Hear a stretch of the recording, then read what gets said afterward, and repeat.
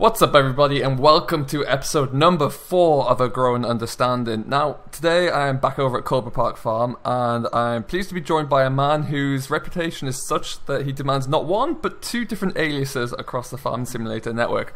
If you happen to watch his entertaining live streams on Twitch or his roleplaying on YouTube, you're likely going to know him as the SimStation. But if you've seen him around a little bit before that on the FSUK community and further afield, you'll more than likely know him as Flatlander. Either way, after a few failed attempts, I must admit, for trying to get this recorded, it is my pleasure to introduce the SimStation. How are you, buddy? I'm doing well, and I guess I should have the failures mostly on my end, not necessarily yours. So, I didn't want it's good to be here. I didn't want to get in the way of any domestic disputes either by pulling you away, so I figured it was only fair. Yeah, no worries. Awesome. Well, we are going to be silaging today, so I actually just had I forgot that I had a whole load of silage bales in this pit here up until about 30 seconds before you came on the stream. So I got rid of those, so we've got a pit we can throw some silage into. If you want to have a look at your map, we have got fields, I think we've got 21, 22, 20 and 19 to go at. So all the nice little fields around by the farmyard here. I think we may also have 23 and 24, but I can't remember if I did those yet. So we've got plenty to go at, and whilst we do that, I'm going to try not to distract you too much and answer or ask you a couple of questions. So if you'd like to head on over to, as the guest, I'll let you pick the first field we start in. Yo, why? You know I'm indecisive. What was the lowest number you said? Let's go lowest number. Pass. Can't remember. Let me see here. It was 19. It's the little field with the pond, if that makes sense. No, let's do 21. 21. Let's do 21. Alright then. We'll start. Well, yeah. I think it'll be easier to go 21 than 19, right? Probably. Yeah, sure. 21's nice and small as well, so you can get used to that little vulture you're in there and find your bearings. How do we get there? Straight ahead, pretty much. We can go through the pasture? Yeah. Do you want me to lead the way?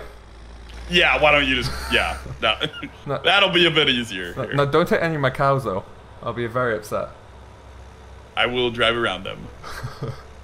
Except for this one at the gate. She's just asking for it. Okay. Alrighty, so I believe this is 21. We are in. So you can see we've got this little one here that we'll kind of just get ourselves all familiar with controls, and then we'll just head down the hill, really, I guess. I should admit that I don't know too much about doing this thing that we're doing in real life, and I've rarely done it in game, so I don't really know what I'm doing here. Well, that's part of the charm. I mean, I know what I'm doing, the process, I think, but yeah, you can pretty much just stay that far away from me, and I'm not sure what speed we'll get up to, but my cruise control is currently set to 9, so we'll run that down to about 6, and we should be okay. And then, okay. Objective number 1: don't crash into me.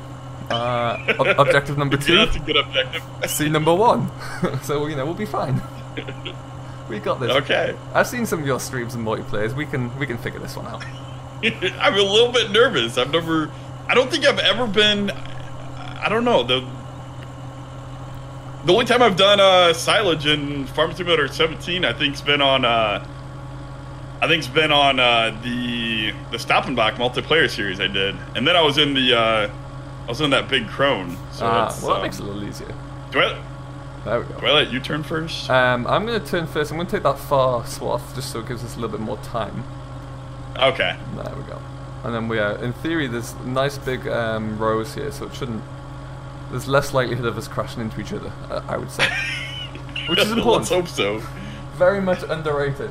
Okay. By the way. So, as you kind of know, the main reason I brought you on here is to kind of grill you, as you're not only doing a task that's obscure to yourself, but also I'm going to test your multitasking capabilities. Okay. I'm hoping they're strong, but we'll see. Typically, whenever I have anybody on, I like to start by rewinding the clocks a little bit, really, just to find out a little bit more about yourself and about how you kind of discovered Farming Simulator, and what the appeal was, or the attraction to the franchise was. So if you wouldn't mind, just kind of like let us know where. I guess it was as Flatlander, really, because that was the first kind of alias we knew of. How did you first discover Farming Simulator? I can't remember how I found it. I think that might have even been back before Steam was that common. I think I might have seen it advertised somewhere on the internet, or I don't think it was boxed up in a store, but it was the 2009 version, and I played it a little bit, and you know it was okay, but I like depth. I like to think a lot, and it didn't really grab me. I would say the first time it grabbed me is really Farming Simulator 13 with the more realistic mods for Dural, and that's when I started investing a lot of time in the game, because at that point, especially with Soil Mod, it actually required a little thought and a planning to be able to farm successfully, and that's what farming is in real life, and that's when the game started grabbing me. Yeah, sure. And it was, I remember like 2009, it was a case of, oh well, we harvest this field, we take the grain, we sell it, and then we sow it again, and then magically it's right back there again. It's off we go again. Yeah. And then it wasn't very deep. No, and I really felt. But it was a start, and it was still fun. But I can't say I played Farming Simulator 2009 more than probably 20, 30 hours. But that's how I knew about this series. Yeah. And then when 13 came out, kind of the same thing until I discovered more realistic mod, and then it was like it's go time. I must admit, like, I never really, in 13, I wasn't really aware too much of MR. I loved the mod, like the expansion of the modern community, really. Can't get stuff. And yeah, I loved like how it was almost, a lot of people see 13 as like the golden era, really, to date.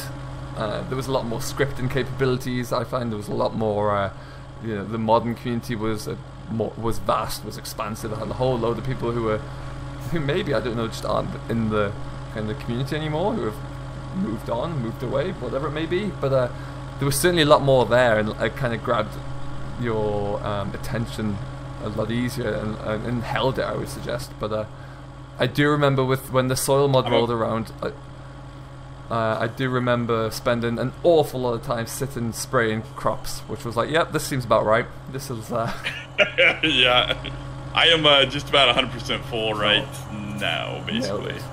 Off you go. All right. Oh, wrong one. Go backwards. There we go. Yeah, but I don't know. It's I think it's been a lot of things where the game's progressed so much. It's getting progressively harder to build quality mods, and that's part of the problem. You almost touched on it a little bit too. The 13 was so good. I forget. I think you referred to it as kind of the golden time and the golden. It was the first game that made me want to keep coming back nonstop. Definitely. And a lot of that was the MR mod. Actually, most of it was really the MR mod. It wasn't really necessarily the game itself. It was the MR mod and Soil mod, and those two mods were just so amazing that when 15 came out, I actually didn't play 15 that much for the first year, because I kept going back and forth between 15 and 13, because 13, the tractors felt so real, and then you'd hop in Farming Simulator 13 with the MR mod. Wait, that's what I just said. Yeah, in 13 with MR, the tractors felt so real, but then you go in 15, and it feels so wrong. The acceleration's off, it just does not feel real, and feeling's everything in a simulator, especially where a simulator where you drive it in real life. It's like, I know what a tractor accelerates like in real life. Granted, an older tractor, but it's still it has a certain feel to it, like weight and pulling and power and. Absolutely, and I was going to touch on that. It's like as a lot of us know, coming from a farming background, you know what to expect, not just from a vehicle physics, really, or the aspect of how a tractor responds to certain environments, but in terms of, okay, so you sow your crop in the winter or in the spring, depending upon where you are, and then you have to do X, Y, and Z to ensure that it grows properly. You don't just kind of pass over it once with a seed drill and then it's like, hey, we've got a crop, there we go. And it takes time and it takes effort, and that's what you kind of want to see. And the soil mod was a great indication that this is what it's actually like. You have to put the effort in, and you have to treat your crops with pesticides, herbicides, or fertilizers or whatever, just to ensure that it has that chance of growing. Yeah, but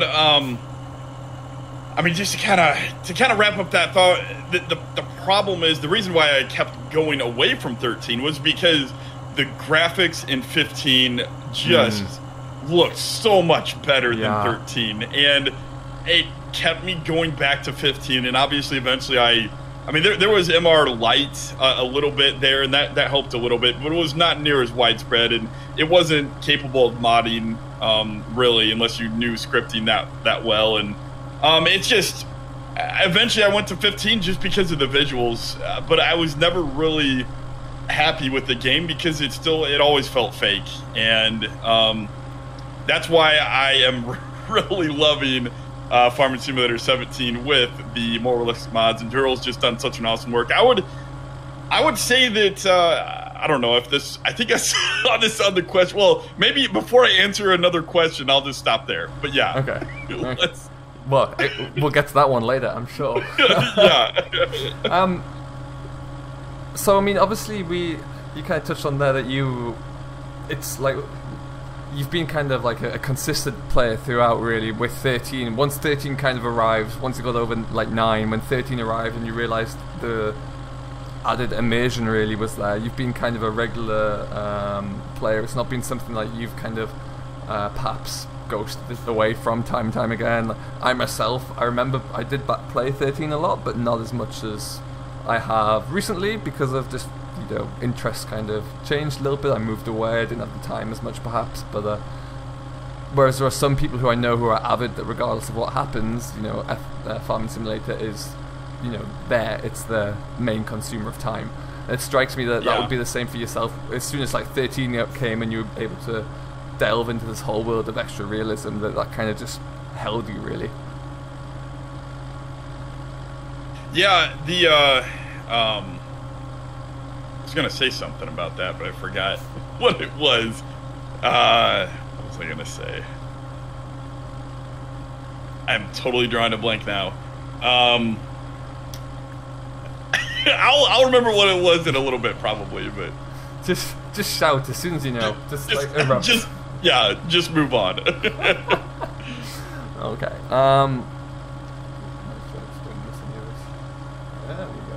We've nailed it. We're one field down almost. We haven't crashed into each other at all. Yeah, we're good. We're pros. This is going well. Okay, so in terms of, you mentioned that perhaps more realistic, let's say, was your favorite mod from 13. Was there a particular brand that lured you in at that time that was, wow, they've got, Massey Ferguson or whatever? Or obviously, I know your from the videos I've seen from your farm back home, it's obviously a bit more John Deere based, and for various reasons we don't have those official mods. Yeah, no, I've never been a brand guy.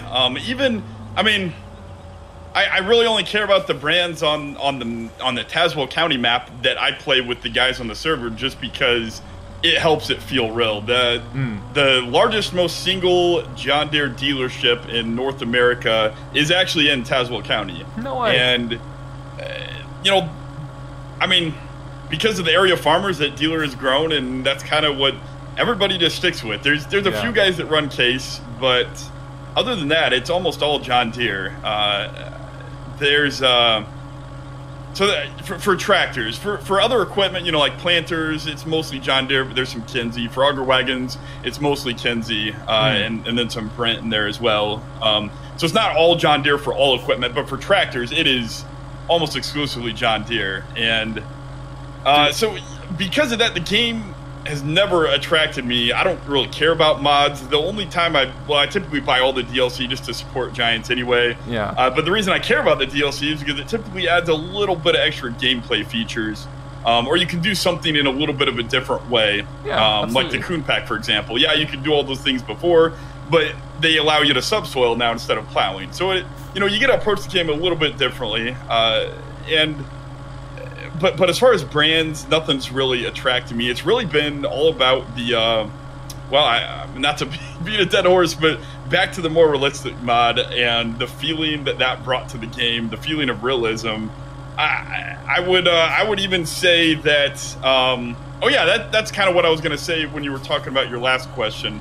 I was going to even say that the MR mod is by far the most important mod to me, even above Seasons. Seasons, as much of a game changer as it was, I could at least pretend to farm realistically where, before Seasons, I would plant all my fields at once, and then I would harvest them all at once. Yeah. After a certain amount of time. And so it's like, I still had that rotation. I still rotated my crops. I still planted to harvest. I'm slipping down the hill there a little bit, I think. I still did all of that. I'm about to go 100%. It's FYI. But I still... Off you go. Okay, let's... is it good to drive across the rows there? Yeah, is that bad? Fine. I mean, but are you supposed to? I want to try to play realistically. I don't know anything about grass. When you've got a laden trailer like that, it's probably going to be a little bit uncomfortable because it's going to bounce a bit over the swaths, because these swaths are pretty wide, so they're going to be quite condensed, like quite thick. So if you drove across it in real life, you would know about it. You'd probably come out your seat a little bit, but it doesn't necessarily hurt the swath or prevent it from being picked up. Not when you've got such an expert driver, operating the forage harvester. You're fine. There you go. But just to finish that thought, because obviously the weather didn't change and you didn't have snow on the ground before Seasons, but I could still play for the most part in a similar fashion to how I play with Seasons. The one thing you can't change about the game is the physics, and that's why I'm actually really terrified when Farming Simulator 19 comes out, because what if it's bad, and what if Daryl gets mad and frustrated or something? And I'm not really sure why he quit modding. I think it kind of has to do with what you said, where they changed a bunch of the scripting, and he basically had to rewrite everything for 15, so he didn't. And I don't know, if I was a modder, if I was a scripter to that level, I would probably be mad that Giants didn't just use my code. It's like, if I was Daryl, it's like, look, Giants, I built you a perfect game physics engine. Just put this in. But then they went to 15 and they changed everything and they made it feel even more fake. I don't know. I don't really know what happened there. I don't want to try to speculate or cause any divisions there. But just from a simple gameplay perspective, I don't really care about a lot of the features. It's all about feeling to me. And I think kind of the same reason why I don't really care about dynamic ground in other games. I just want the game to feel real. If the tractor sinks down in the ground, like for the ground response mod, that's all I really care about. Yeah, I don't need the ground to actually deform. I think that we both very much come from the same kind of viewpoint there, because it's like all of these new some of these mods, for example, the setup I'm driving here, the old TW and the by XJS and the Forage Harvester by CD Models are fantastic. They look just phenomenal. But if they don't handle properly because of the game engine, then it's just kind of like halfway there. It can look phenomenal and amazing, but then if it's still going to bounce around or accelerate from standing start to full speed in 2 seconds flat, it's just not going to quite have the enjoyment there for me. Exactly. Visually, we're moving into an era now where the private modders are some of them are almost as good, if not better, than Giants' own. So that's really outstanding to see that we're at that level. But yeah, it definitely has to have that realism and handle properly, and I want to see that realism continue. What really annoyed me about when we left 13 was the scripts that never were entertained. I don't know if this is because of perhaps a license standpoint that they couldn't, or they decided to just leave it out of the engine entirely. But do you remember like the traffic mods in 13 where you'd have other tractors just driving along the road, or you'd have like a whole randomization of vehicles, which just made it seem a little bit more genuine. You'd have to pull off the road because suddenly this combine would come hurtling at you, and you're like, if I don't pull off the road, I don't remember that. On that one, I think from a map maker standpoint, I think I actually understand that it's the models, the quality of the models have improved so much that I think if you would have a bunch of high poly models driving around the road, like combines and stuff like that, or tractors, then it could cause performance issues easily. Quite possibly. But then again, how much of that is, I don't know.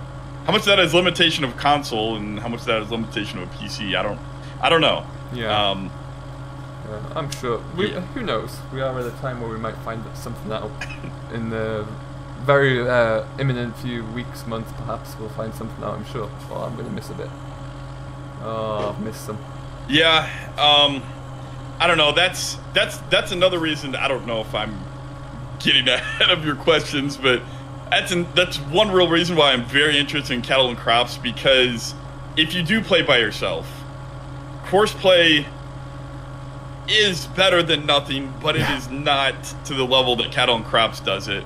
No, and to be able to select a tractor and tell it to go here, plow this field, when you're done, go back to this warehouse on this side of the map at this exact point. To be able to do that all in one step and have it drive automatically without any pre-recorded paths is... Whereas with course play, you become like a childminder, a babysitter, and you're sitting there going, now make sure you don't hit the tree. You've hit the tree, haven't you? Great, we'll start that again. Exactly. Yeah, it's just... Yeah.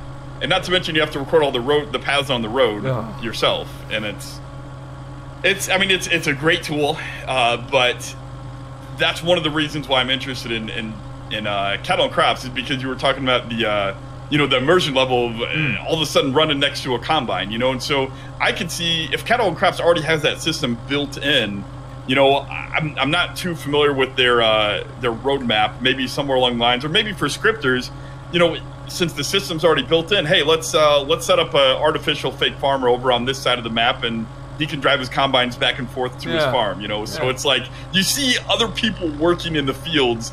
That would be a level of realism and immersion in Farming Simulator that would just be totally amazing. That would blow me away. And that's one of the best things about multiplayer to me, is just looking out across another field and seeing another tractor out there.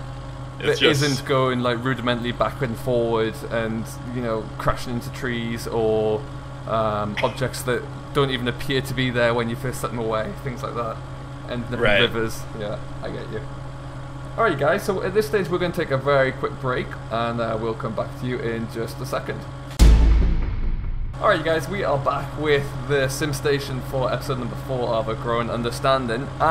As I move down my little list of questions here, as I mentioned or alluded to in the introduction, a lot of your new kind of followers would know you from your streams or your content you upload onto YouTube, or your streams across the Twitch platform.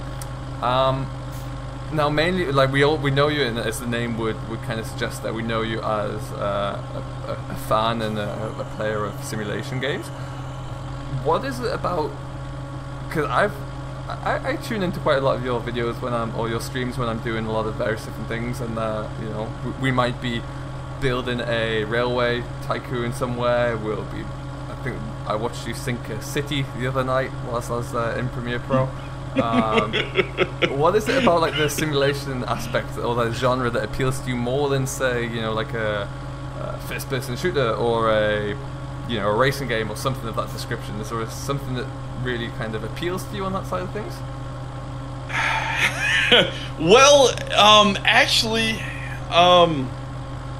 it's more of, I enjoy, and this is actually a problem with real life as well of games. I like too many things. I like things that make me think, and I can find things that make me think in just about every single game. I actually really love, before I started YouTube, I used to play Arma 3 with a group of gamers, but it was so much fun because it made you think. You had to always, think ahead. There's so many different things in combat and coordination that you have to think about, and watch out for your buddies. And I maybe it's my military background that caused me to like that. But then I play PlayerUnknown as well, and so really? in the simulation genre, I like to think. I'm gonna go dump now because I'm basically full. Sure. But so like this game, for example, and I kind of touched on that a little bit, where when my interest first started kind of getting peaked for Farming Simulator, it was 13 with the MR mod and especially the soil mod. It just added so much more depth and planning, and then even just MR alone, because you have to plan for your how you upgrade your tractors and equipment, and I just enjoy thinking, and a lot of times I think too much, and it gets me in trouble sometimes, and sometimes I think, but I don't do what I know is the best answer, like the reason why I sink cities, and I try to over-engineer and over-plan, but I'm not to the point where I am financially able to do that yet. But I really enjoy games that engage my brain, and so with simulation games, it's not really as much. I don't know. Well, but then how does that relate to? Well, maybe that's why American Trucking Simulator and Euro, ETS2. Maybe that's why those have never. I think I have probably like 50 hours combined on both those games. Wow. I mean, maybe that's. Well, that's not a lot. Yeah, no, for definitely. me. No, it's. I was expecting a little bit more, actually. That's quite something. Yeah, and I think that's why, actually, because I don't think. And it's like, there's just not that much to think about. I mean, yeah, you have to, as you get bigger, you have to manage some drivers in a fleet, but it's not really.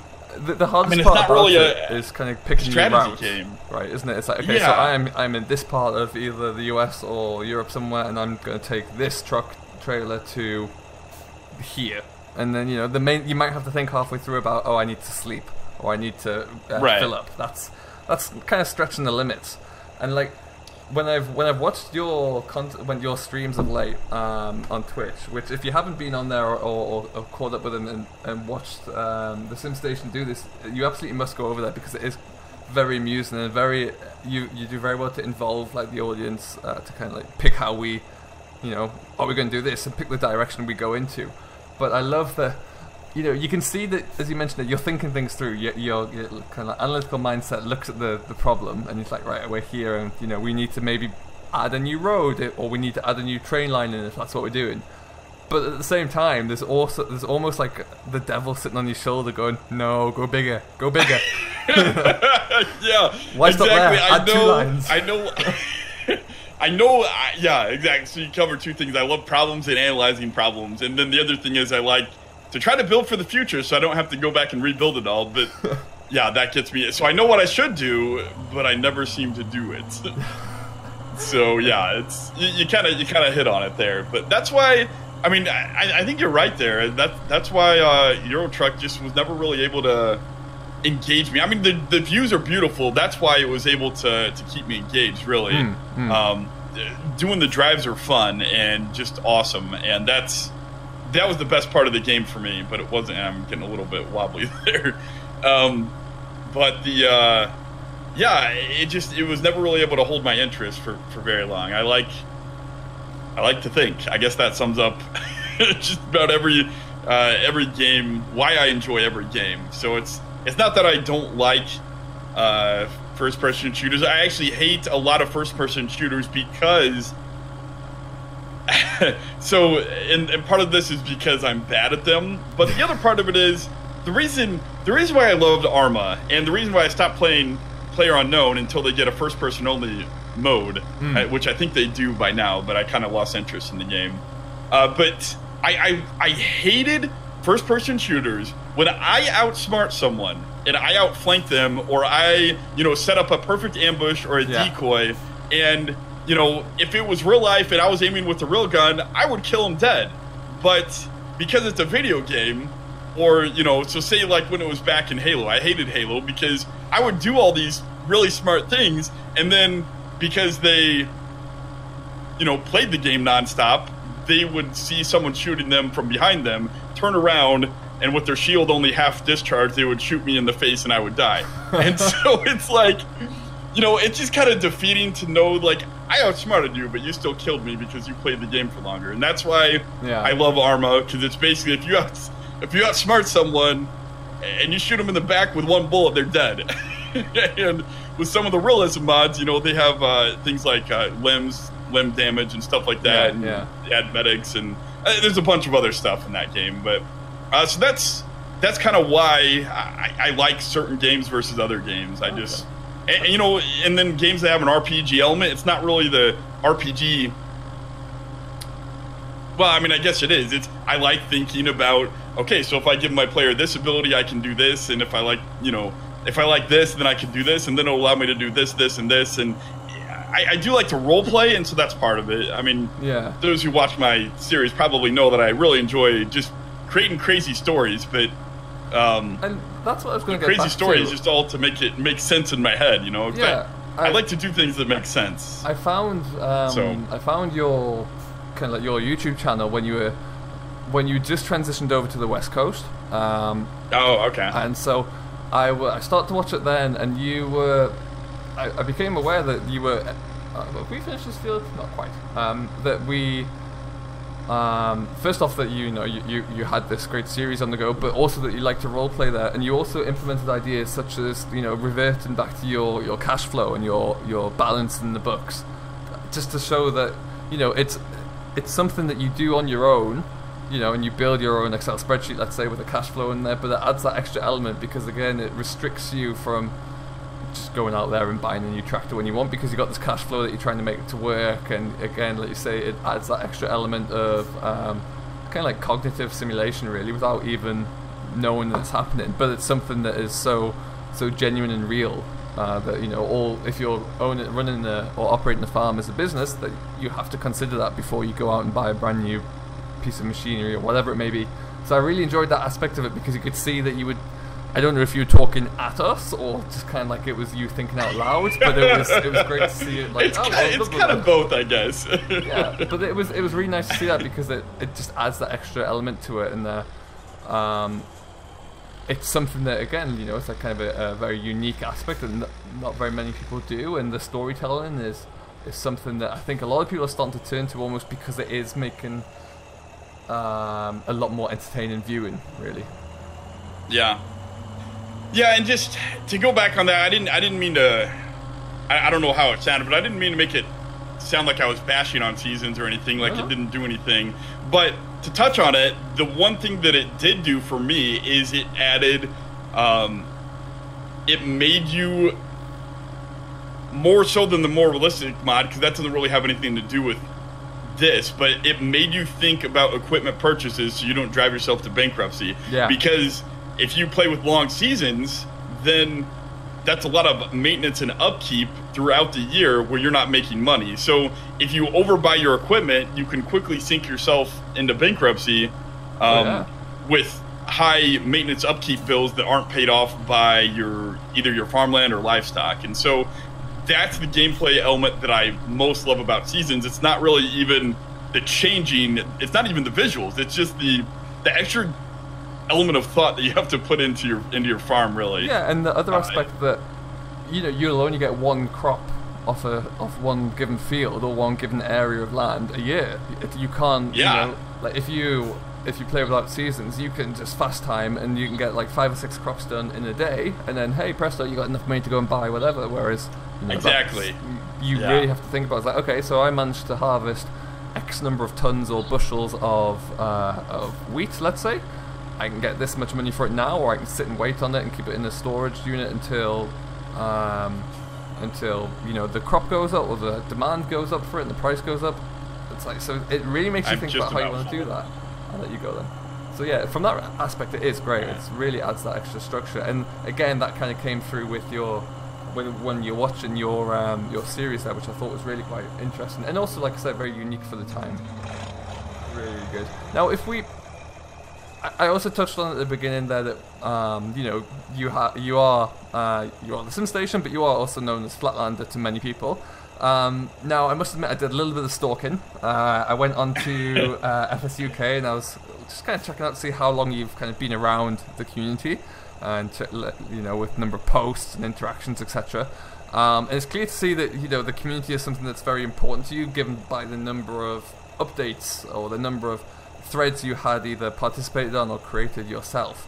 And mainly my main question would be, did the community help to kind of spur your enjoyment of the game on, or was the enjoyment of the game encouraging you to kind of interact with the community more and build up that friendship? Was it one way or the other, or was it kind of a mixed bag?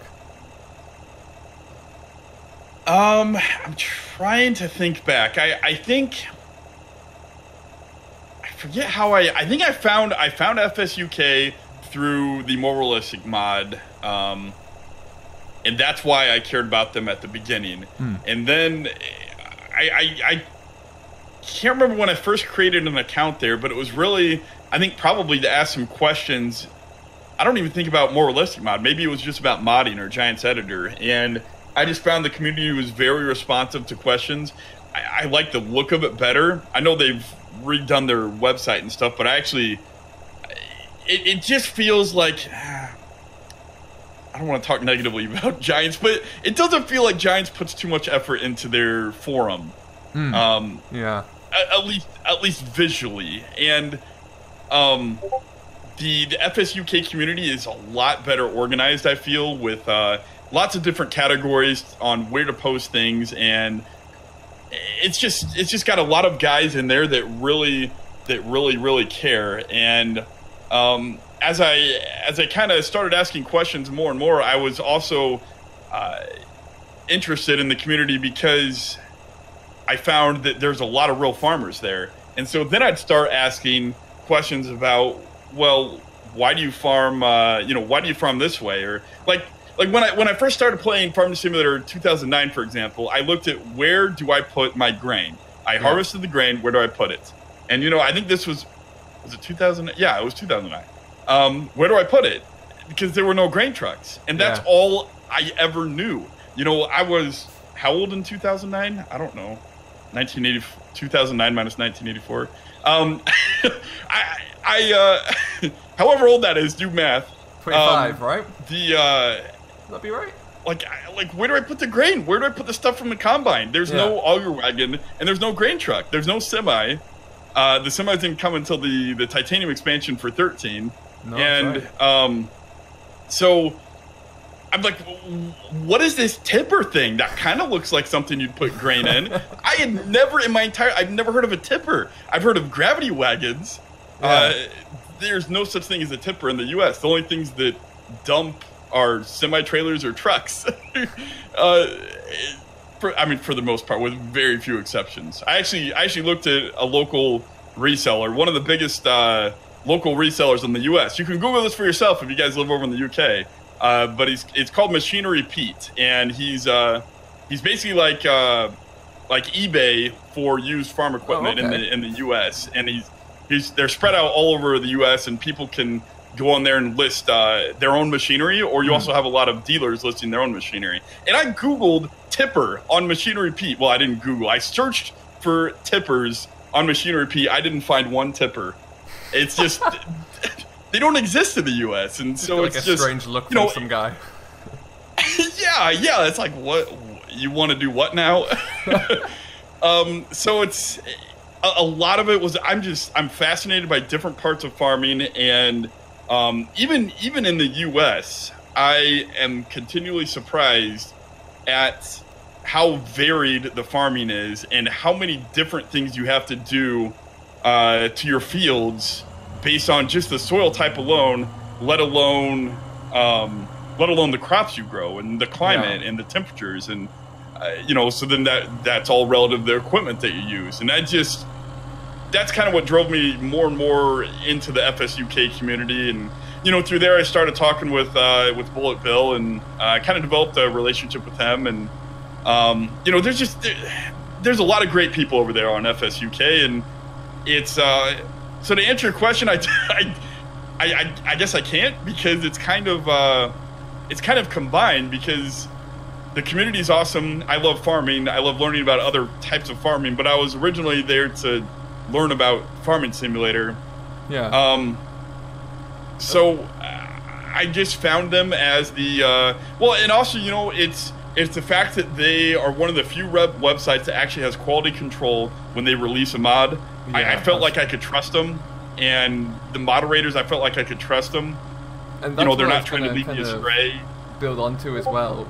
Only up until kind of 17, you know, when Giants obviously brought out the mod hub and really went to town with the mods there, and now we hit each other. We got through 2 fields. That was so close. You know, like FSUK was the first place I would look to for new mods across FS15. You know, it was reliable. Like you say, they had like a structured format for uploading mods and testing mods, so you knew that anything that came up there had passed a certain standard, which was great. And you know, I think a lot of the forum and the community really built off the back of that. And like you say, you found it because of, well, one of the reasons that helped you find it was because of more realistic and the help threads surrounding that mod. So I think it really did strike out well. But what's really pleased me to see since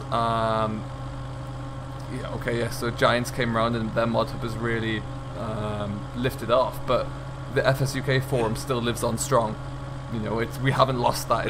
It didn't die because of not the loss of the mods, but there's a significantly fewer number of mods that are now coming up through FSUK. But yeah, it's great to see that the forum's still there. And what I particularly liked was, again, when I found your it's actually a bit of a dumb moment for myself. I found your YouTube channel and I was watching your your progress on the West Coast, and I was flicking through FSUK forum one day and it's like, no way, this dude called Flatlander is doing exactly the same thing. Isn't that crazy? And then after a while I'm looking at him like, hang on a minute. But what was great was that, you know, you documented the progress there in slightly more detail than you would on your video, primarily maybe because we don't have the time to go into it in that much depth, or you know, you just want to provide that extra little level of detail that, you know, Joe Blogs, the viewer, could go and address and review later when he's searching through FSUK. I think, oh yeah, so that's like a more in-depth version of the balance spreadsheet he was looking at, or whatever it may be. And so I really like the way that you incorporated that into the idea. Now, was that just kind of an idea of yours just to add further immersion for the viewer, or was that just something that you thought, you know, that the community would like to see, or where was the kind of inspiration to include that? The spreadsheet or FSUK? Or like, not the kind of diary entries really, more than just the spreadsheets. It was more. I mean, it was more of. I was already a member of FSUK, and every member on FSUK can create one media page. And because people already knew me on FSUK, I thought, well, we're better to try to develop a following than the community that I frequently talk with, and so that's kind of how I started putting my content on there and, you know, making it known to the world, so to speak. And I don't know. So originally it was just to try to bring awareness to my YouTube channel, and then, you know, because I also like to type and over explain things, I also I don't know if that would work or not. Yeah, there we go. Because I like to talk and over explain things. Sometimes, like you said, I'd just go in a little bit more detail. I'd explain things a little bit more there on FSUK. Because, you know, some people like to read, and if sometimes a person can't watch an episode, they can at least read what's going on with that episode. Now, do you remember when, like, I actually messaged you? We were talking months ago on YouTube, I think it was, on the messaging service on YouTube, which has its flaws. I'm full, so I'm gonna go. Okay, and because I was messaging you because I found the two, you know, I found the chat in the forum, and I was messaging you to kind of get you know, just your thoughts on a few different things there. And again, I did that because we were starting out in a similar sort of time, and we had different, like, kind of similar but different ideas. And a lot of the ideas I kind of took from, I necessarily copy them, but I took inspiration from your ideas and tried to set the same kind of blog style. I didn't do it as frequent updates as yourself. I did it kind of when I was reverting back to a point, or when I was like, I did like a crop rotation thing. For example, my spreadsheets would be like kind of field management, so I detail that in a bit more detail on my kind of forum page. But yeah, it was certainly interesting to see how you did that, see how you got your structure, and then see how, like you say, you provide that extra detail for those who, like you say, maybe couldn't catch up with your content for that day or for that week, but they could kind of see the general gist of how it was transpiring by just reading through your posts. And then also gaining like that feedback from the community, like, hey, why didn't you do this? Why didn't you do that? Or, you know, a little bit of extra advice here and there. Never hurts anybody, I suppose. But I really thought it was quite interesting.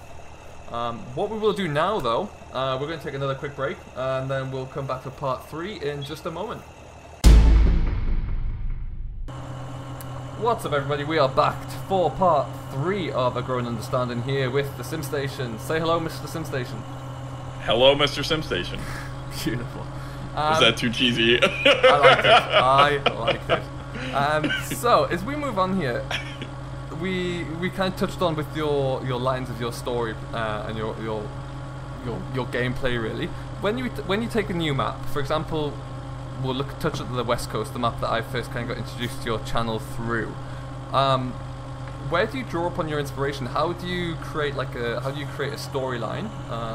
And how do you create like a structure, or do you just say, okay, we're going to start here and then let's just see where it goes? Do you leave it to be quite organic, or do you have quite a regimented approach? No, it's really organic, I guess, as you would say. It's how I typically like to start a map is I like to sell everything and start with, sell everything, kind of make it starting from scratch, but then give myself X amount of dollars, and that will depend on how big I want to start, how big the map is, whether or not I want to start with livestock. But depending on that, I'll say give myself $2 million, and then I'll buy fields from there, I'll buy equipment from that budget, and then I'll go from there. And that's basically what I've always been doing, even before YouTube. I think I mentioned it before. It just has to make sense in my head. So whatever way I accomplish that, or however I explain that, I mean, that's kind of where a lot of my stories come from. It's like, hey, I said I wasn't going to do any hired help this series in Lamont Dumande, but we flew my brother out and he's going to drive the combine, so I'd press the H button, and that allowed me to do that. Or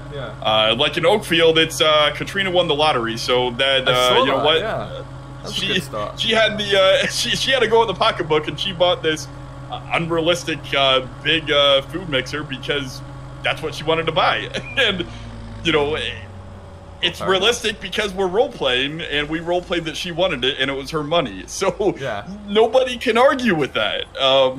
So it's I don't know, a lot of times I find that the stories just create themselves out of the necessity of me needing to make everything make sense. Why is a crazy American farming in the UK? Why is he inviting his brother out here? I need to press the hired help button. How can I explain somebody here on the farm? Maybe it's a friend visiting. Maybe it's my brother. Maybe it's my cousin. The infamous stuff like that. So look after your cows. Yeah, exactly. So it's, I don't know. I don't really. I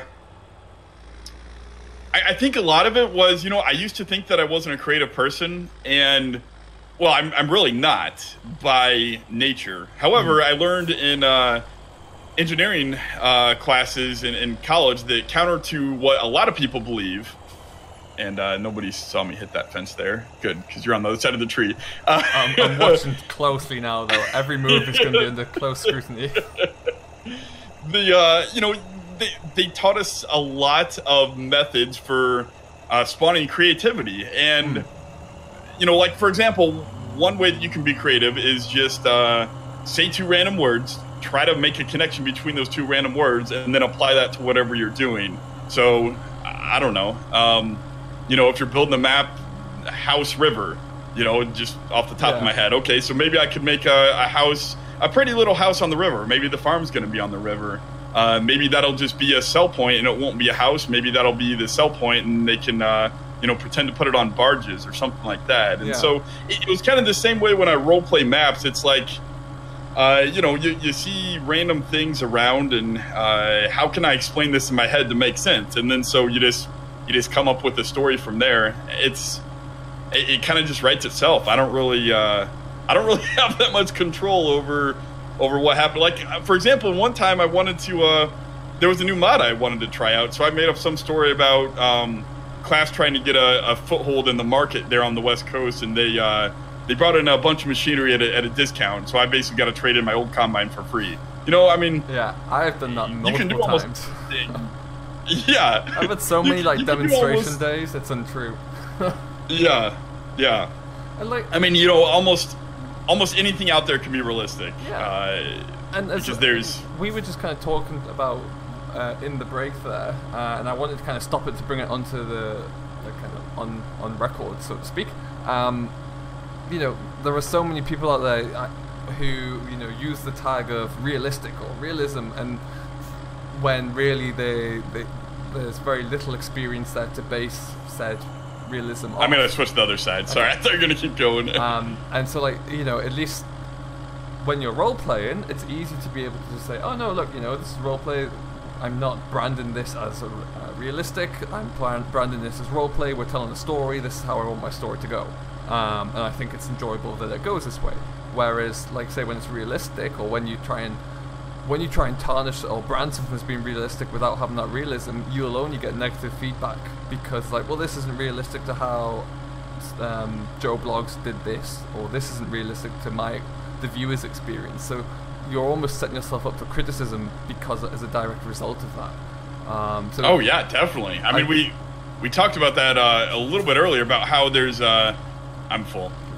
There's so many different types of farming out there that realism is different to everybody, and so I think it's kind of like what you said. It's more of, if you role play realistically, as long as the story makes sense, then it is realistic because, you could make up a story for just about anything and make it realistic because weird stuff happens in real life, and as long as the story's plausible, then you're golden and it's realistic. So, I think that's a much better tagline than realism.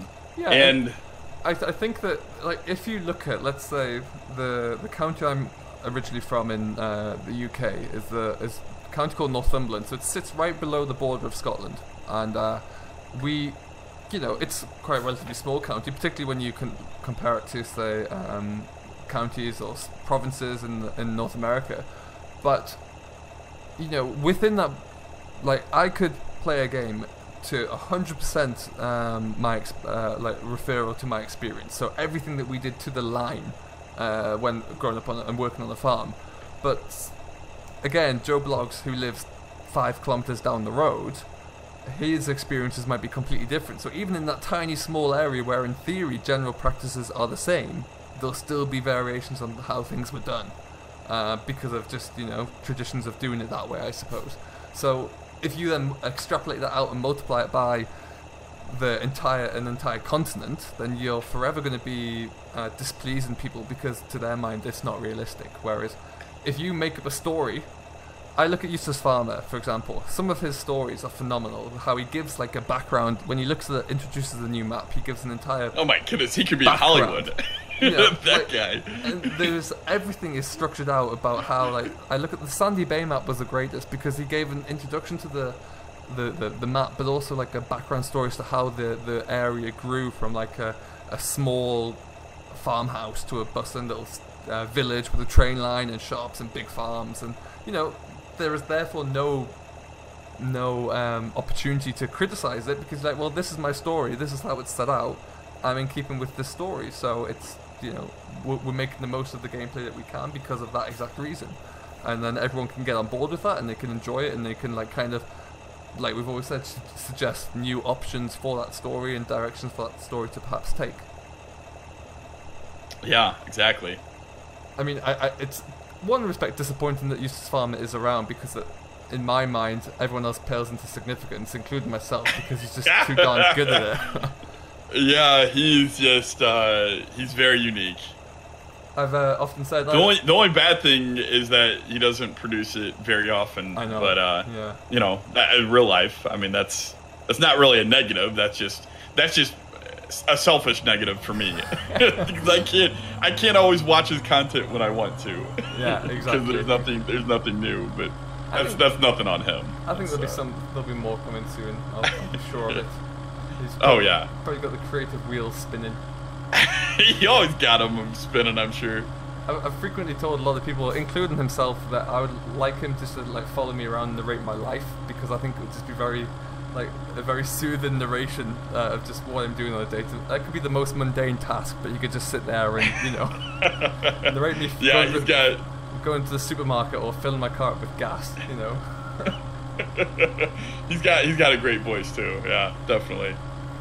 So, as we kind of discussed kind of YouTube profiles and personalities, I would like to get your like a couple of points of advice from yourself, really, for anyone who's looking to start out on a social media platform, be it YouTube or Twitch, and they have this idea in mind. What would be, if you could offer like one or two bits of advice to someone who's starting out? What would they be?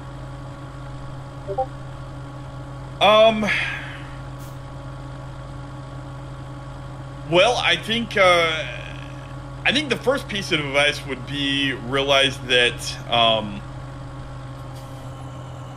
step number one is do it for fun, because if you do it for any other reason, for example, to grow, to get big, to live the dream of one day, Twitch, for example, being your full-time job, you're probably going to be frustrated and disappointed, at the very least impatient, and feel stressed out. Yeah. And if you're not having fun, then you're not going to last. So the bottom line is, I think, number one, have fun. Number two, realize that it's not for everybody. Not everybody likes being on camera. Not everybody enjoys talking. And there's a lot of really good small YouTubers out there. Well, now a lot of them are going over to Twitch, but there's a lot of whoops, I think I got you a little bit there. There's a lot of really good small content producers out there that I never have enough time to watch. Yeah, definitely. But there's also a lot of ones that just aren't very interesting. They're not bad, but you have to love doing it. And if I don't know, I don't want to try to make it sound like I know everything. First of all, I don't know everything, and I'm not saying that I'm the best for anything like that. But from the feedback I've gotten from from the feedback I've gotten from the feedback I've gotten from my viewers, they enjoy me. They enjoy my personality. They enjoy me talking, and that's why I have fun talking to them. I have fun talking to myself. I have fun failing on camera. Which is lucky, by the way. It gives me. What's that? Which is lucky that you enjoy failing, because I don't want to put you down, but it might occur quite a few times. Yeah, exactly. I think here's the, I don't know, not that you have to be this way to be successful on Twitch or YouTube, but just to give you an example of why I do it, is because I was really sick one day. I set up a stream on YouTube, and I was really sick. I could barely talk. I put on the title, like, it's a silent screensaver. It's like, don't expect me to talk at all. If you want to watch some tractor noises, then that's great, but I'm not going to talk. I started the stream, and like I was like throwing up before. Like, I had the flu, and I started the stream, and all of a sudden I had energy, and I wanted to talk to people, and I wanted to talk out loud and keep playing the game for hours, when it started out as none of that. And so, that's just an example of how I feed, and that's why I love doing it. So I think at the very beginning, you have to love doing it, and you don't always know whether or not you'll love it until you try. Yeah, of course. I think I first started because my friends have this YouTube channel called Co-op Arcade, and they started producing YouTube stuff, and I was like, I don't really care, I don't want to do it, I don't have time for it, I don't want to be a part of that. And then I created one farming simulator video for their channel, and instantly it was like, I was incredibly nervous, but I also instantly loved it. Yeah. And I realized that I loved it. And so I think you really have to love it. I'm gonna go dumb. I think that's so this is like the longest advice snippet ever. But I think number one, you have to love it, and number two, realize that not everybody's good at it. And then just get feedback from your followers, get feedback from your friends, listen to constructive criticism, because nobody's perfect, and especially nobody's perfect when you first begin. And then on that, number three, I would just, we were kind of talking about this earlier before the recording started, but I am amazed at how many successful Twitch streamers there are, for example, that still upload at 720p, 30 frames a second, but they have like 1 million followers, and people love them. Yeah. It's all about, don't worry about your quality. Don't worry about your audio quality. Don't worry if you can't record at 1080p, for example, 60 frames a second. It's people will, if you produce good content, and not necessarily it has to be good quality resolution. If you produce good content, if people want to keep watching your videos, that's all that really matters. The other stuff helps.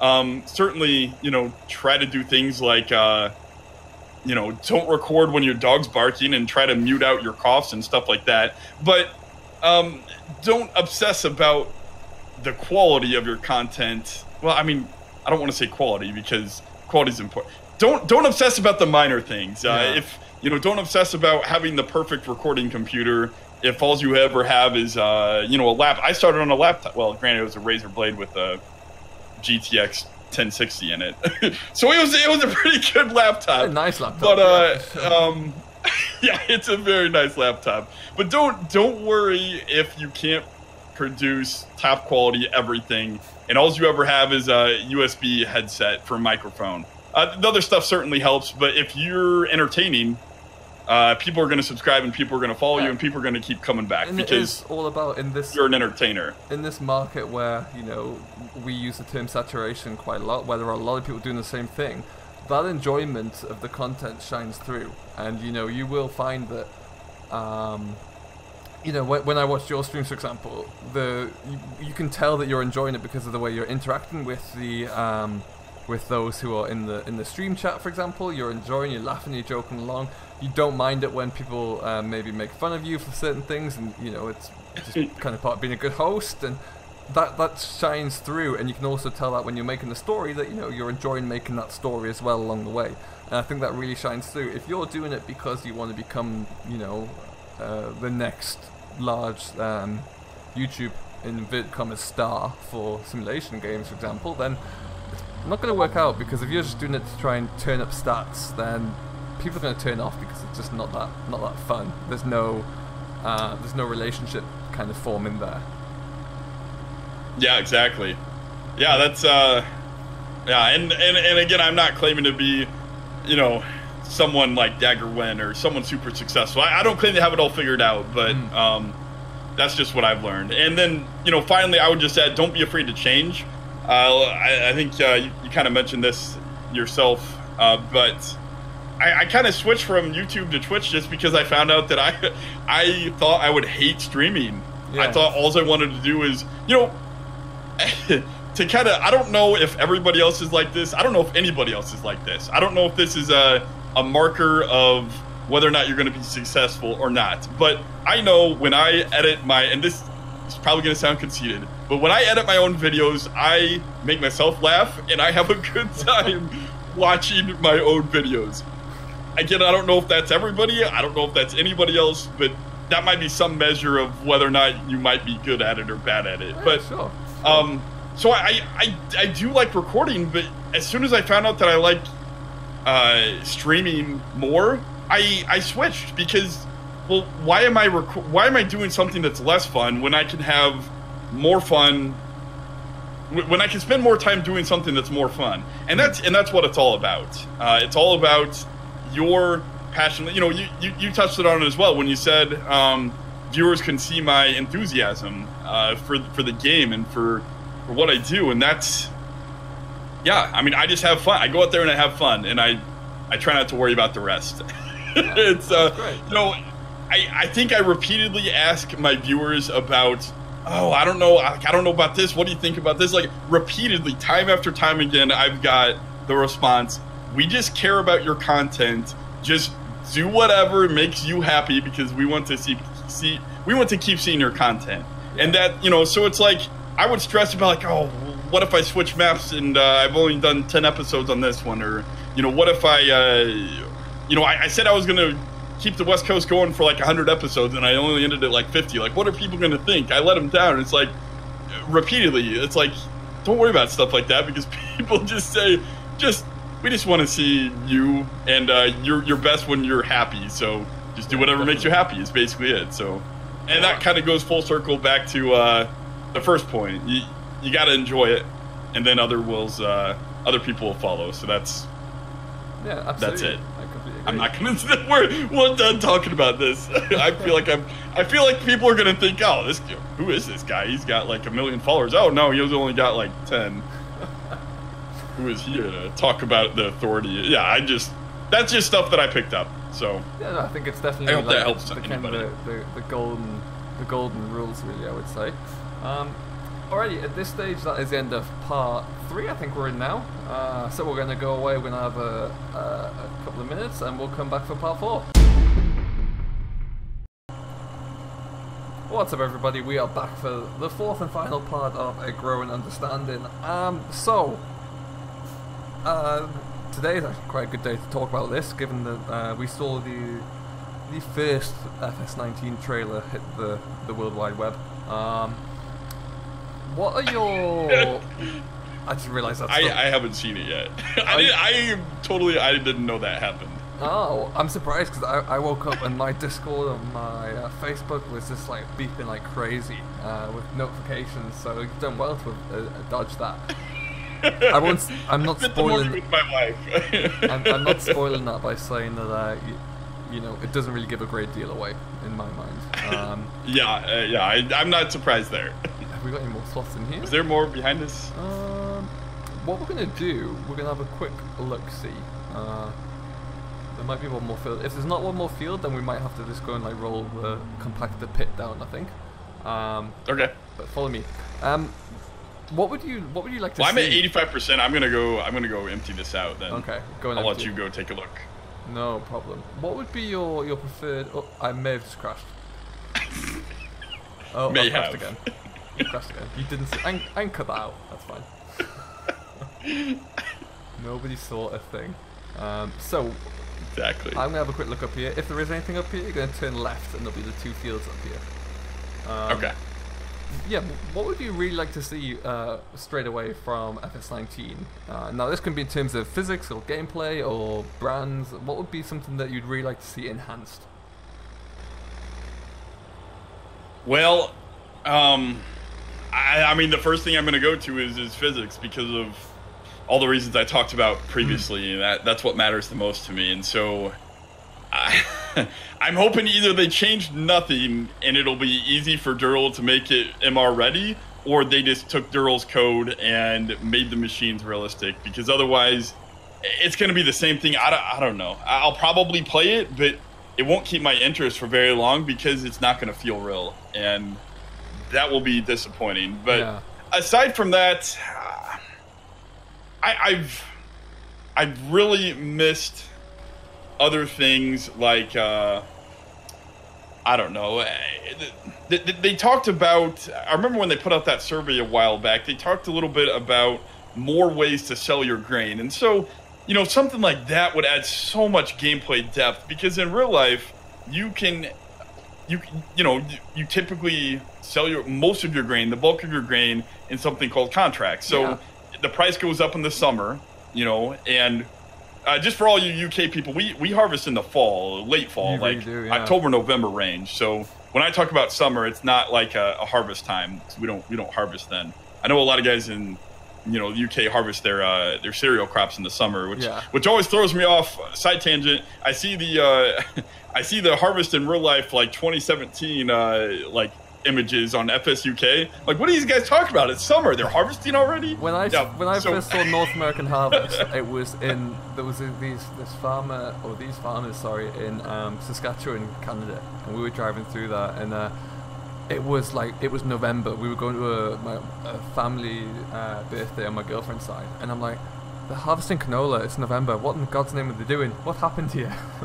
What natural disaster I don't know. occurred I don't know anything November? about canola, but I just know corn and soybeans. It's you want as much sun as possible, and it's got a really long growing season, and so you harvest it in the October, November. So that's what I mean for harvest. But what was I talking about? Grain contracts. Oh, that's right, contracts. Yeah, I don't know how. This is probably a pipe dream because of console players. It would be too complicated for them. But for example, if the price is high in the summer, you can buy, say, not buy. You can talk to the elevator and say, hey, I want to sell you 10,000 bushels of corn at today's price. And they will say, okay, that's great. We'll put you down those for the fall. And then you have to deliver that in the fall. So even though you still typically bring everything down to the grain elevator in the fall, you don't get it at that current price. You get it at the price that previously agreed price. Yeah. You sold it for the contract back in the summer.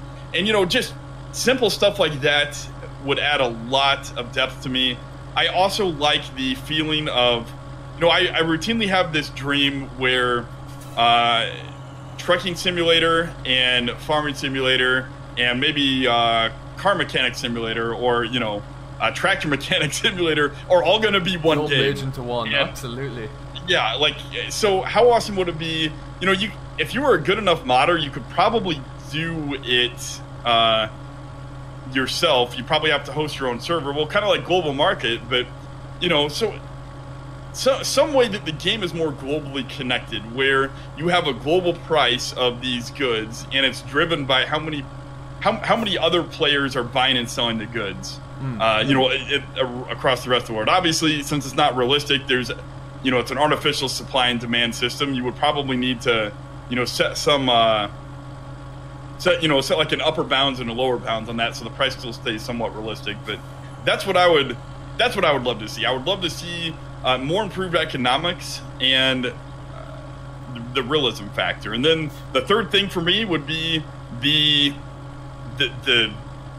feature of seasons that I mattered most. I touched on that, where it's an annual type thing. You can only harvest fields once a year, and you really have to budget your fields for knowing that. Definitely.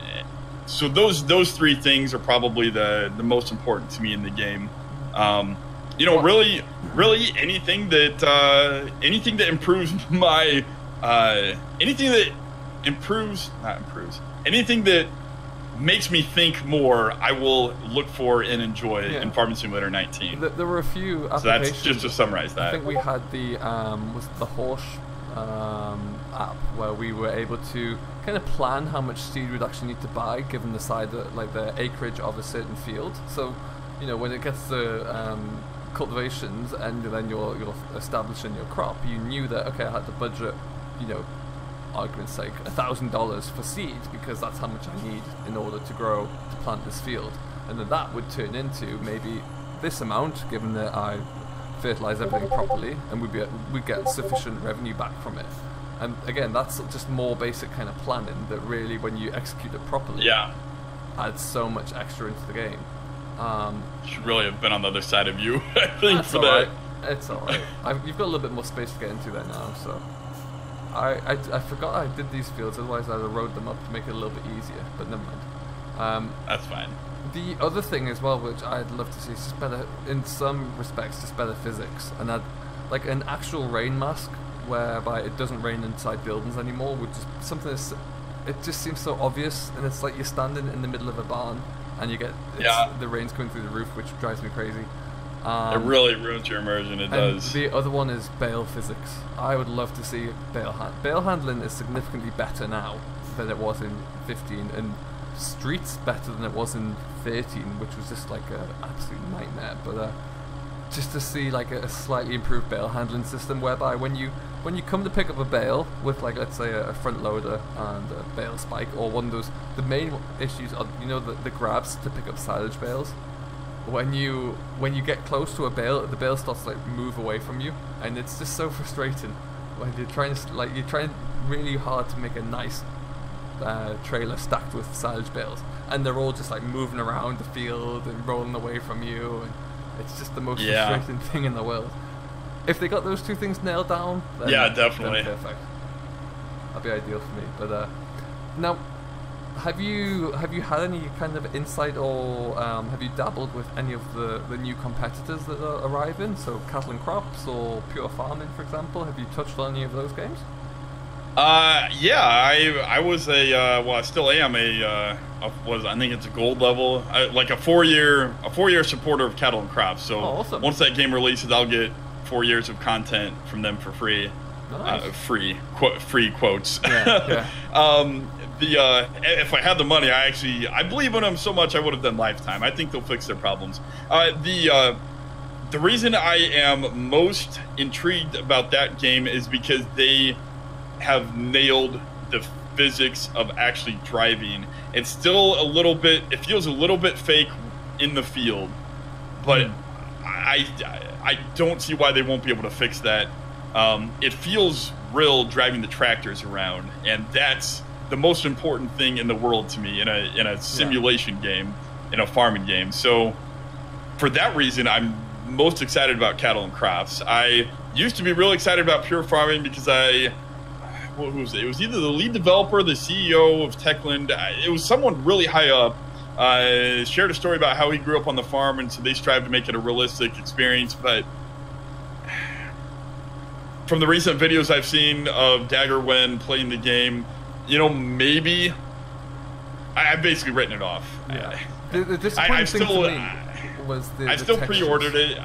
I'll still play it, but the textures. What was wrong with the textures? I didn't notice that too much. Like, some of the models look okay for me, and I like the aspects of, you know, different continental farming, so completely different setups, different machines that I would never ever contemplate using.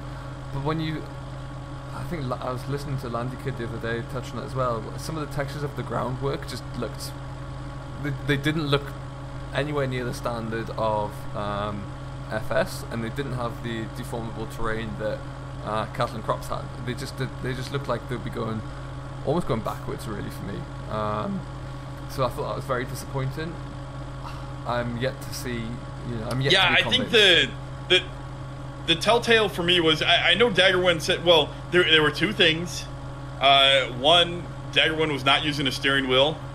And, I mean, I know some games that are made for console, like Need for Speed did not support steering wheels on the PC because consoles. And so, you know, it's, oh boy, talking too much, not paying attention. So my first thought is he never explained why he was using keyboard and mouse. I wasn't too worried about the joltiness of his turns or the wobbliness of the vehicles, I guess, because that can either be fixed, or maybe it really was keyboard and they just haven't refined the keyboard controls yet.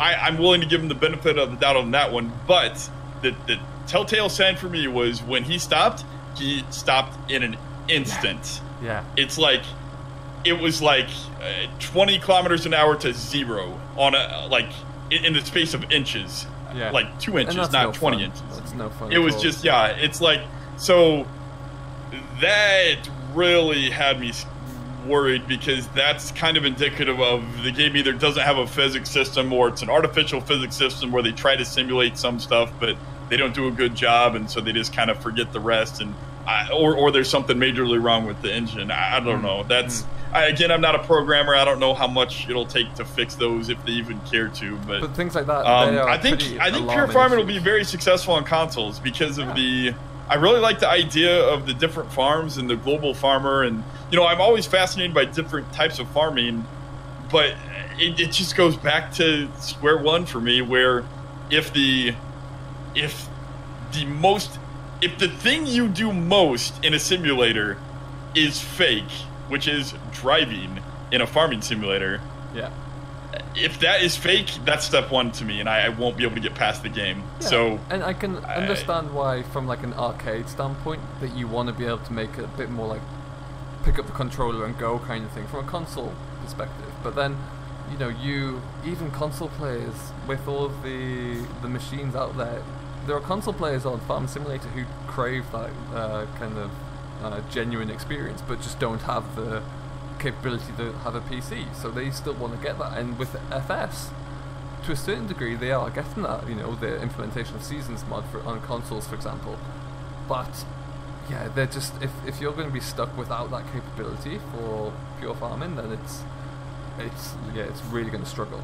I think I don't know. I think that I don't know. Maybe it's grown a lot, but I think by and large, the people who want realism are in the far like I remember some websites even stopped like hosting mods for MR back in FS13 days because nobody clicked on them. Nobody went there for the MR mods. Like nobody in proportion to the people that play the game on a whole, nobody cares about more realistic mods or realism. And I think it's grown. Yeah, I think it's grown a lot for 19 or for 17. I think it has grown a lot, but in the grand scheme of things, I remember reading I forget the exact quote, but someone at Giant said that they always want to be able to make the game so that a little kid could grab his dad's laptop and play it on the laptop.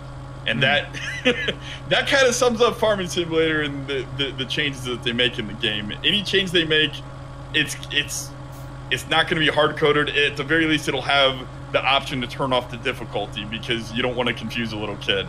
Yeah, and that's just who they're making the game for, and that's. I mean, what I guess I would they've come a long ways. Like when you're in the store and you're buying a new tractor, for example, there are so many different configurations you can go through now. Like the Valtra you're in, for example, you can choose various different engine sizes, color schemes. Well, the Valtra I'm in is a mod. Yeah, exactly. But like, why we can do that with the mod I'm in as well. It would be nice for like 19 to have that configuration available when you start a new save game. You know, how intense do you want seasons to be? How many days do you want seasons to be? What level of simulation would you like? You know, and by selecting those things, it then configures the game to be either arcade or 100% simulation. So I imagine it would be notoriously difficult to try and code, but it would still be pretty darn cool. Yeah, and that's why that was the other reason. Back to Cat on Crops. That's why I was so intrigued with them, because they Giants is almost going about it backwards. They built granted technology whenever they started wasn't what it is today, and so maybe they couldn't even do this, but Cat on Crops is built from the ground up as realism with toggleable difficulty for realism, right? Yeah. Giants is like built the other direction. It was built on a fake platform with no physics, and they're slowly adding physics in, it seems, every year.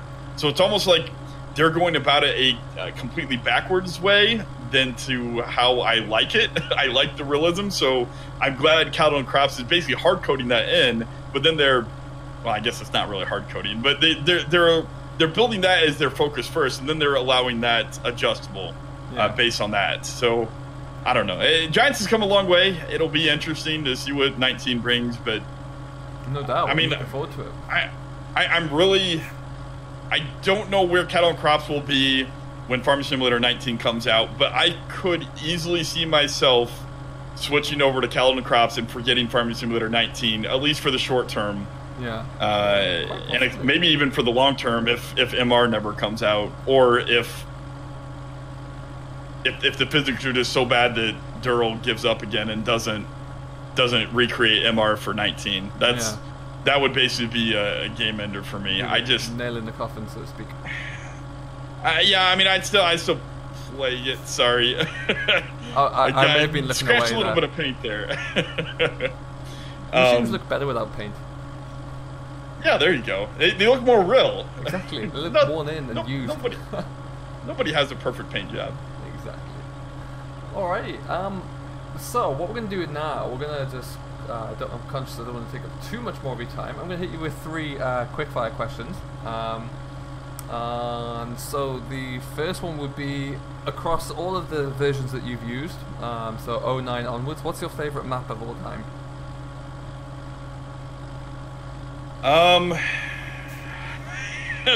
Quickfire questions with me aren't very quick. I would probably have to say this one. Oh, nice. It's probably the first. Yeah, it's probably the first. I mean, it's the first map in 13 that I really spent a lot of time on, and I'm just about full here. I'll probably, if you don't get full by the end of the turn, I will take off at the turn. Okay.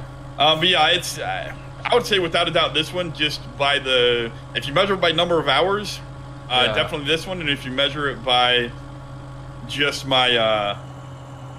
Nope, it's a little bit on the ground there. If you measure just by total hours, I've probably easily spent the majority of my time on this map, and yeah, I think that's just indicative of how much I like this map. So there you go. Short answer. I'm done with that. Not gonna talk more on it. Otherwise, I'll probably keep talking for a while if you let me. This is a phenomenal map, I must say. We were talking before we started about the amount of hours I've invested into various different gameplays throughout the many years. So I can wholeheartedly agree with you that this is a good one. Okay, number 2. Yeah, you said you basically always keep a save on your well, this is right? like an adaptation of my save game at the moment. So technically, we're doing this for me. So this is going to be. You better not mess it up down at the yard there.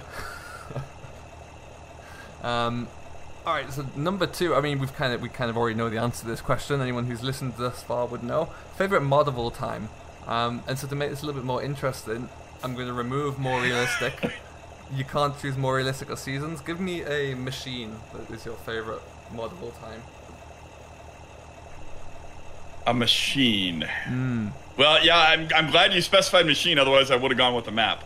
I don't know, machines. Is there a certain track that you have on your game save, for example, that is just like a story permitting you'll bring in every time? No, not really. Like I've said this a couple times on my YouTube series randomly, but it's like, I can because I play the always on hard, and then I always play on season since it came out, and with MR since it came out.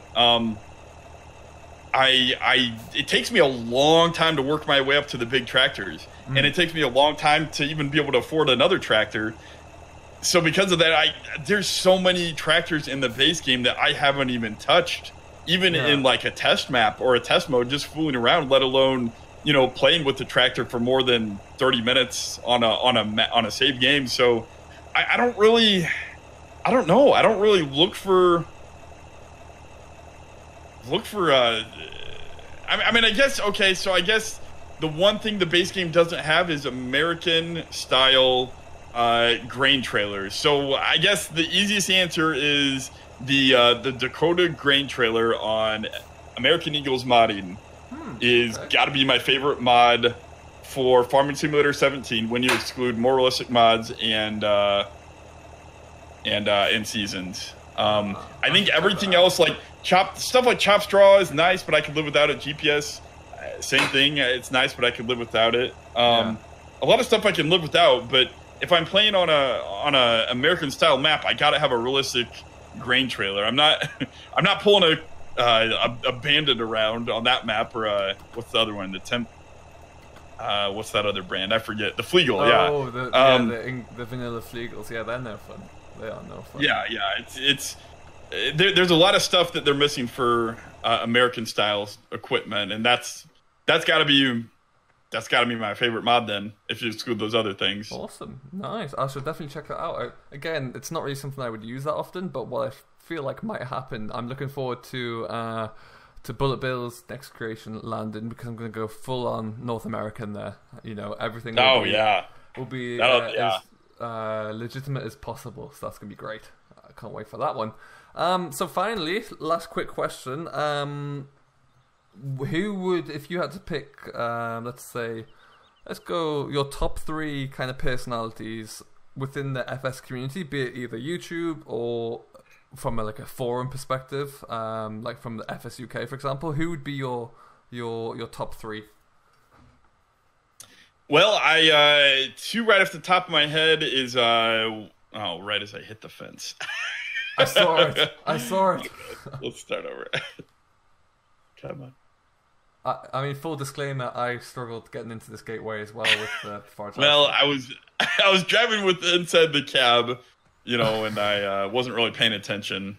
I need to do a better job turning. If the physics were a little more advanced, that gatepost wouldn't be standing because I would have pulled it straight out of the ground. Yeah, there you go. To answer that question, number 1, I'd say Bullet Bill. He's the one that I first started modding when I did my favorite map. So I started making this map.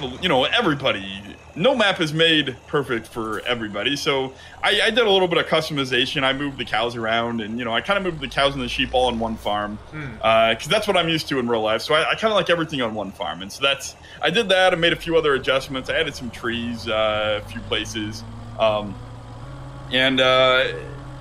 So Bullet Bill, he helped me out a lot, answering questions on FSUK forum, and he's very helpful over there on FSUK. Oh, yeah, and like when he first responded, it's like the Coldborough Park farm responded to me and helped. It's like. I completely agree. It's, you want to show your partner, but they obviously have no idea what that means. Yeah. So that's number 1, and then number 2 is I think probably and I'm not sure how to say it, but Akenzi, AQNZ. And if you're familiar on FSUK at all, especially if you're familiar in the help forum for FSUK, you see his name repeatedly.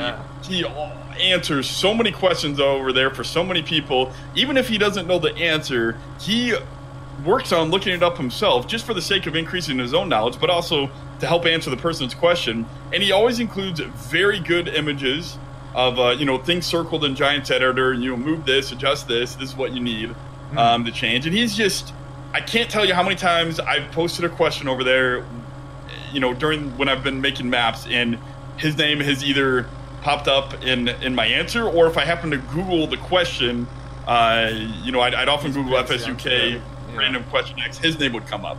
So it was him a lot. And then I don't know. I mean, there's countless other people on FSUK that have helped me.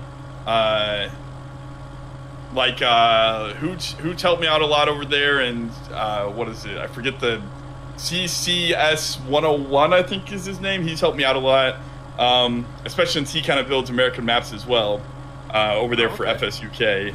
Nice. Yeah, he's got a couple good American style maps over there on FSUK with some really cool trains. So check out maps on FSUK by his name. I think it's either CSS or CCS, something like that. Something similar to that 101. Anyway, he's helped me a lot. I think I recognize but that. I don't know. Nobody else. I mean, there's been lots of countless people that have helped me. I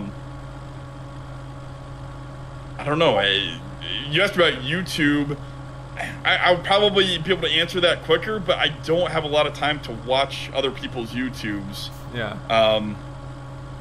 And that kind of saddens me. So I can't really just name one person on the YouTube. That's okay.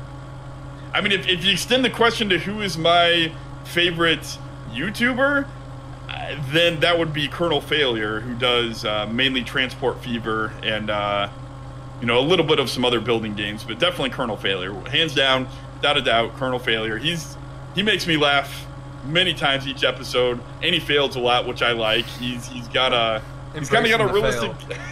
Yeah. I mean, that's his thing.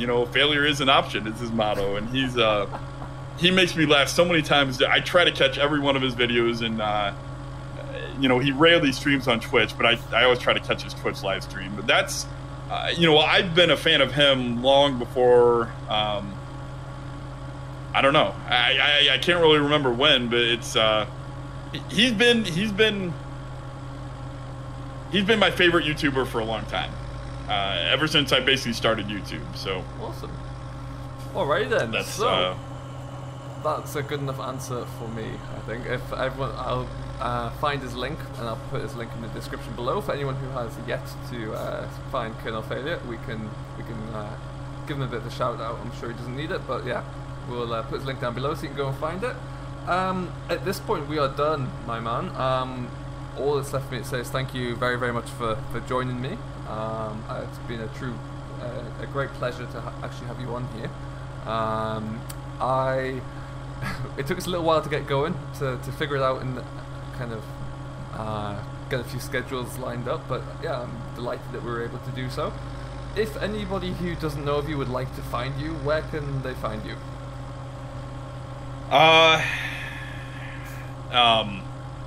What do you mean? What like would be, talking to me, or what would be your let's say, because we'll know your, I'll put a link down below to your YouTube. What's your Twitch handle? Let's start with that. It's the same as my YouTube. It's the Sim Station. The Sim Station, perfect. Just go on there and search for the Sim Station, all one word, and you should find me. It'll link to my in the page there. It'll link to my Discord. Perfect. I don't know. I didn't really try to build my own little exclusive Discord community, but in some ways it's kind of sad because I spend a lot more time on there than I do FSUK, and I feel like I've kind of abandoned a lot of friends on FSUK. But I've made a lot of really neat friendships through my followers in the Discord there, and I try to spend time talking to there. One, it's interesting, and number two, just because I don't know, they're fun to talk to, and I like building a relationship with as many people as I can. It's gonna be impossible soon if I keep growing, but well, that's, it's a lot of fun. Yeah, it makes everything seem all the more enjoyable on your streams because it's that kind of close relationship. It's a little bit more personable, let's say. Yeah. Awesome. Well, thank you very much, buddy.